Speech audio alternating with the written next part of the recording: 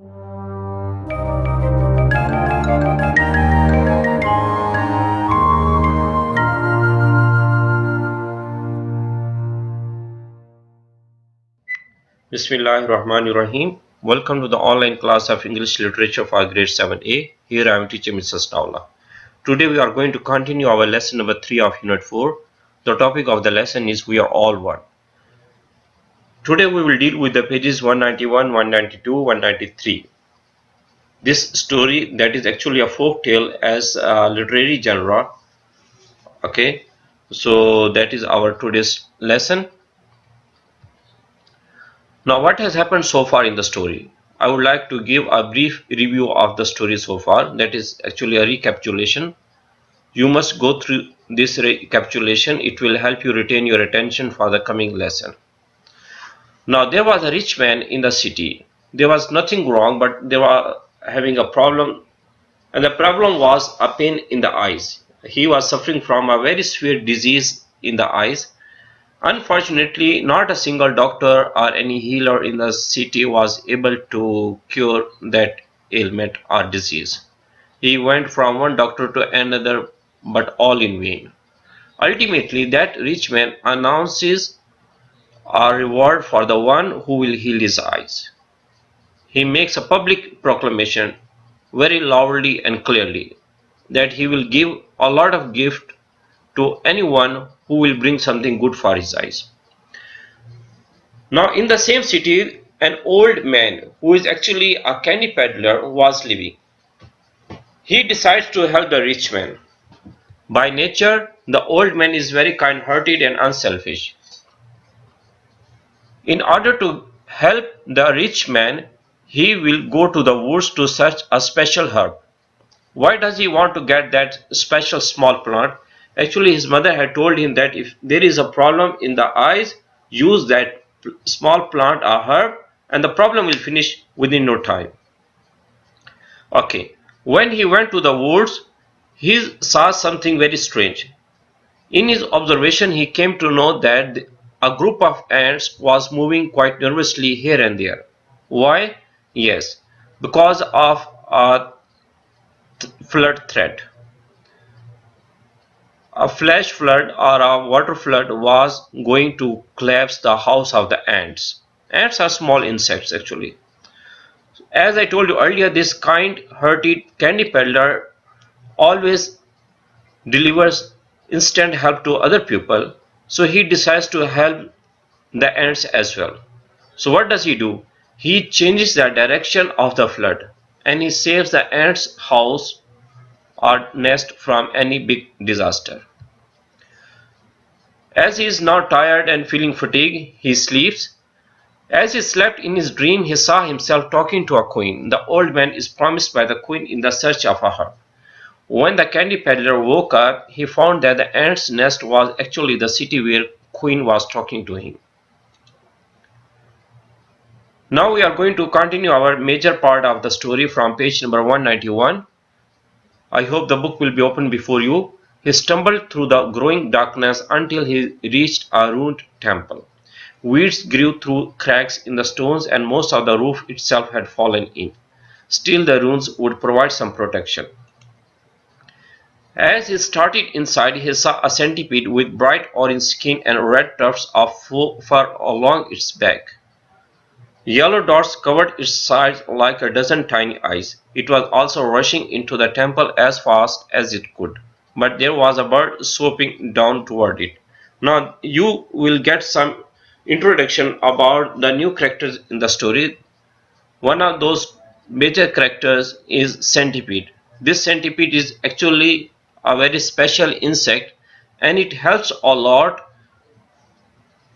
in the search of a special plant or herb. Now you will see how does he converse with the old candy peddler and how does he help him.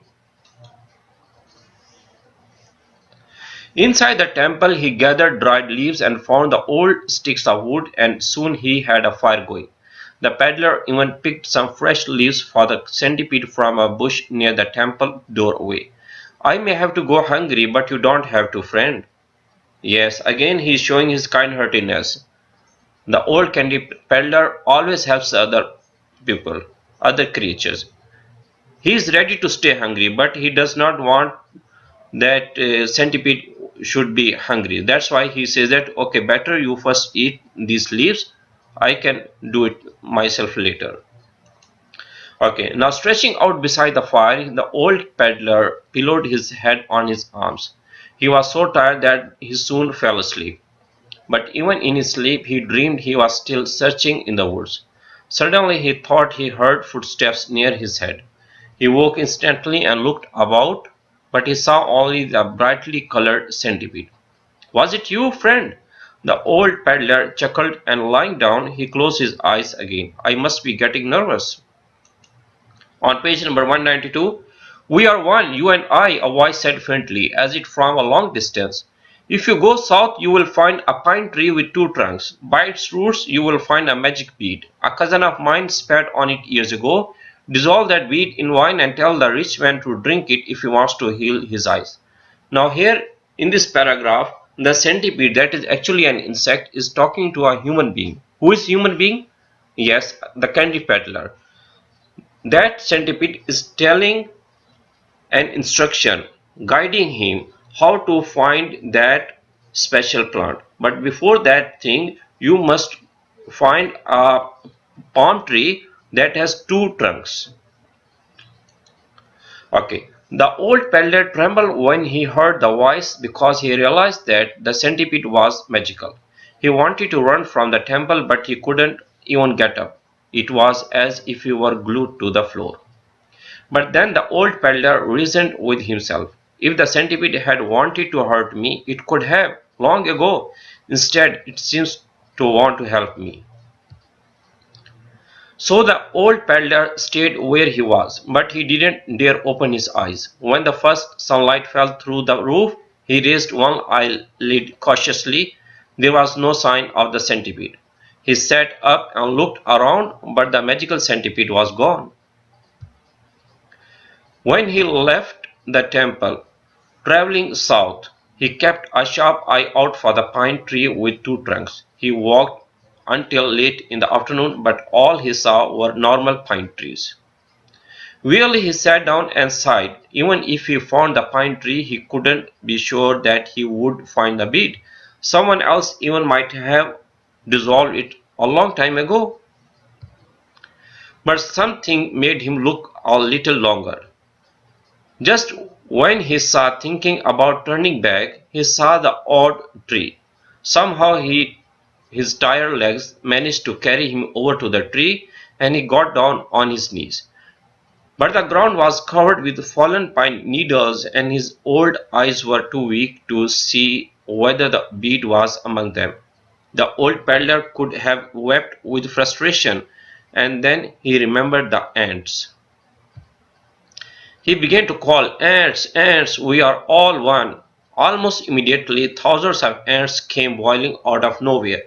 Delighted, the old man told them, I am looking for a bead. It might be very tiny. On page number 193, there is a new paragraph. Then, careful not to crush any of his little helpers, the old man sat down to wait. In no time, the ants reappeared with a tiny bead. With trembling fingers, the old man took the bead from them and examined it. It was colored orange and looked as if it had yellow eyes on the sides. There was nothing very special about the bead, but the old peddler treated it like a fine jewel. Putting the bead into his pouch, the old peddler bowed his head. I think you and I thank your queen, the old man said. After the ants disappeared among the pine needles, he made his way out of the woods.